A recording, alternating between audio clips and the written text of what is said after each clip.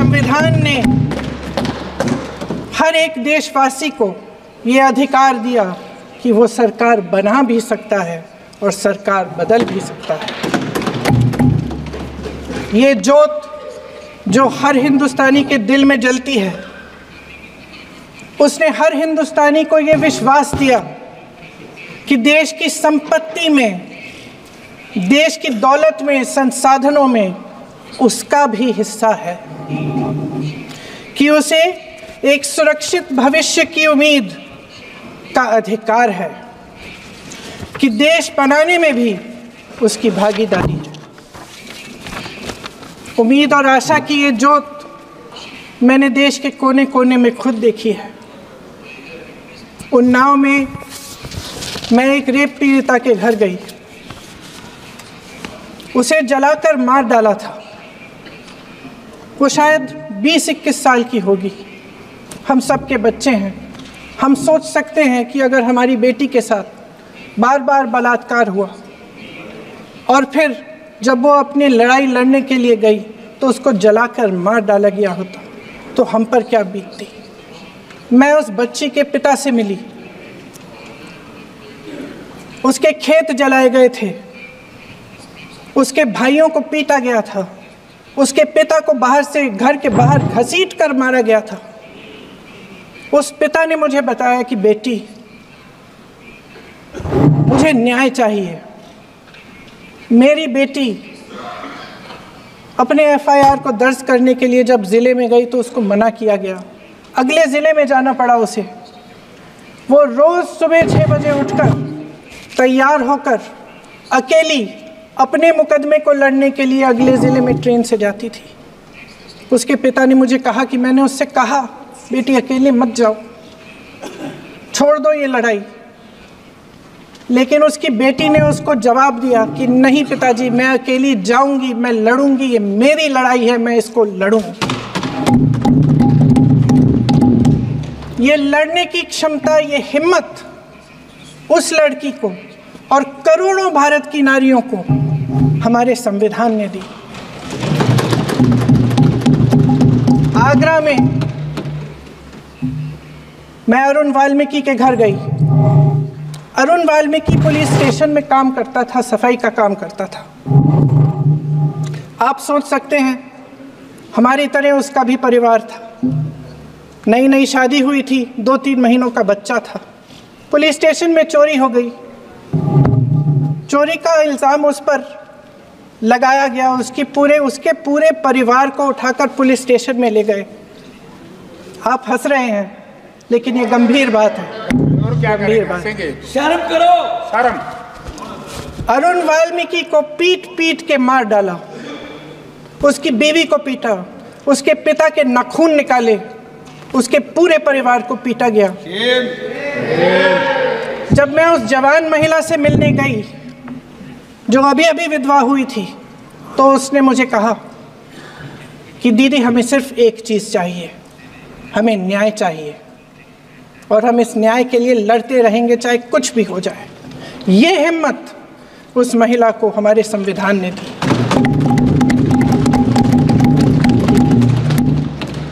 संभल के कुछ लोग आए थे हमसे मिलने जो मृतकों के परिवार के सदस्य थे। उसमें 2 बच्चे थे, अदनान और उज़ैर। अब सुनिए। उसमें 2 बच्चे थे, अदनान और उज़ैर। एक बच्चा मेरे बच्चे की उम्र का है, दूसरा उससे छोटा 17 साल का है। दर्जी के बेटे थे। दर्जी का एक ही सपना था कि वो अपने बेटों को पढ़ाएगा, लिखाएगा। एक बेटा डॉक्टर बनेगा, एक बेटा भी सफल होगा दूसरा बेटा भी अपने जीवन में सफल होगा। उनके पिताजी हर रोज़ उनको स्कूल छोड़ते थे। उस दिन भी स्कूल छोड़ने के बाद अपनी दुकान में चले गए। उन्हें पता नहीं था कि विवाद हो रहा है। उन्होंने भीड़ देखी, घर आने की कोशिश की तो पुलिस ने गोली से मार डाला। वो 17 साल का बच्चा अदनान मुझसे कहता है, वो 17 साल का बच्चा अदनान मुझसे कहता है कि मैं बड़ा होकर डॉक्टर बन के दिखाऊंगा, मैं अपने पिता का सपना साकार करूंगा। ये सब सपना, ये आशा उसके दिल में हमारे संविधान ने डाली। अध्यक्ष महोदय, हमारे देश के करोड़ों देशवासियों के संघर्ष में, अपने अधिकारों की पहचान में, इनकी कठिन से कठिन परिस्थितियों से लड़ने की अपार हिम्मत में और देश से न्याय की अपेक्षा में हमारे संविधान की ज्योत जल रही है। मैंने हमारे संविधान की ज्योत को जलते हुए देखा है और इसके साथ साथ ये भी समझा है कि हमारा संविधान एक सुरक्षा कवच है, एक ऐसा सुरक्षा कवच है जो देशवासियों को सुरक्षित रखता है, न्याय का कवच है, एकता का कवच है और अभिव्यक्ति की आज़ादी का कवच है। दुख की बात यह है कि मेरे सत्ता पक्ष के साथी जो बहुत बड़ी बड़ी बातें करते हैं, इन्होंने इन 10 सालों में ये सुरक्षा कवच, सत्ता पक्ष के मेरे साथियों ने ये सुरक्षा कवच तोड़ने का पूरा प्रयास किया है। संविधान में सामाजिक, आर्थिक और राजनीतिक न्याय का वादा है। ये वादा एक सुरक्षा कवच है जिसको तोड़ने का काम शुरू हो चुका है। लैटरल एंट्री और निजीकरण के जरिए ये सरकार आरक्षण को कमज़ोर करने का काम कर रही है।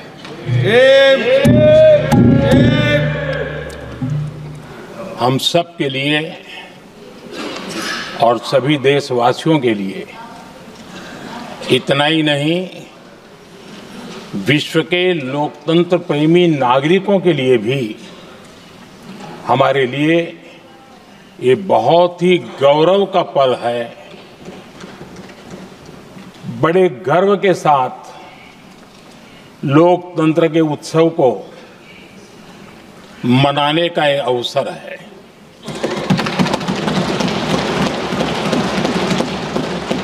संविधान के 75 वर्ष की यात्रा, यादगार यात्रा और विश्व के सबसे महान और विशाल लोकतंत्र की यात्रा, इसके मूल में हमारे संविधान निर्माताओं की दीर्घदृष्टि, हमारे संविधान निर्माताओं का योगदान और जिसको लेकर के आज हम आगे बढ़ रहे हैं, ये 75 वर्ष पूर्ण होने पर एक उत्सव मनाने का पल है। मेरे लिए खुशी की बात है कि संसद भी इस उत्सव में शामिल होकर के अपनी भावनाओं को प्रकट कर रही है। मैं सभी माननीय सांसदों का आभार व्यक्त करता हूं कि जिन्होंने इस उत्सव के अंदर हिस्सा लिया। मैं उन सबका अभिनंदन करता हूं। आदरणीय अध्यक्ष जी, 75 वर्ष की उपलब्धि साधारण नहीं है, असाधारण है। और जब देश आजाद हुआ और उस समय भारत के लिए जो जो संभावनाएं व्यक्त की गई थी, उन सभी संभावनाओं को निरस्त करते हुए, परास्त करते हुए भारत का संविधान हमें यहां तक ले आया है। और इसलिए इस महान उपलब्धि के लिए संविधान निर्माताओं के साथ साथ मैं देश के कोटि कोटि नागरिकों का आदरपूर्वक नमन करता हूं, जिन्होंने इस भावना को, इस नई व्यवस्था को जी करके दिखाया है। संविधान निर्माताओं की जो भावनाएं थी, उसको जीने में पिछले 75 साल भारत का नागरिक हर कसौटी पर खरा उतरा है और इसलिए भारत का नागरिक सर्वाधिक अभिनंदन का अधिकारी है।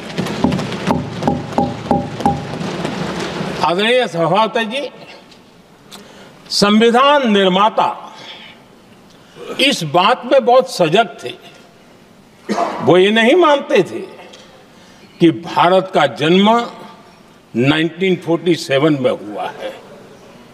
वो ये नहीं मानते थे कि भारत में लोकतंत्र 1950 से आ रहा है। वे मानते थे यहाँ की महान परंपरा को, महान संस्कृति को, महान विरासत को, हजारों साल की उस यात्रा को, उसके प्रति वो सजग थे। उनको इस बात का पूरा भान था। आदरणीय सभापति जी, भारत का लोकतंत्र, भारत का गणतांत्रिक अतीत बहुत ही समृद्ध रहा है, विश्व के लिए प्रेरक रहा है और तभी तो भारत आज मदर ऑफ डेमोक्रेसी के रूप में जाना जाता है। हम सिर्फ विशाल लोकतंत्र है इतना नहीं, हम लोकतंत्र की जननी है। आदरणीय सभापति जी, मैं जब ये कह रहा हूं तो मैं 3 महापुरुषों के कोट इस सदन के सामने प्रस्तुत करना चाहता हूं। राजर्षि पुरुषोत्तम दास टंडन जी, मैं संविधान सभा के अंदर हुई चर्चा का उल्लेख कर रहा हूं। उन्होंने कहा था, सदियों के बाद हमारे देश में एक बार फिर ऐसी बैठक बुलाई गई है, यह हमारे मन में अपने गौरवशाली अतीत की याद दिलाती है, जब हम स्वतंत्र हुआ करते थे, जब सभाएं आयोजित की जाती थी जिसमें विद्वान लोग देश के महत्वपूर्ण मामलों पर चर्चा करने के लिए मिला करते थे।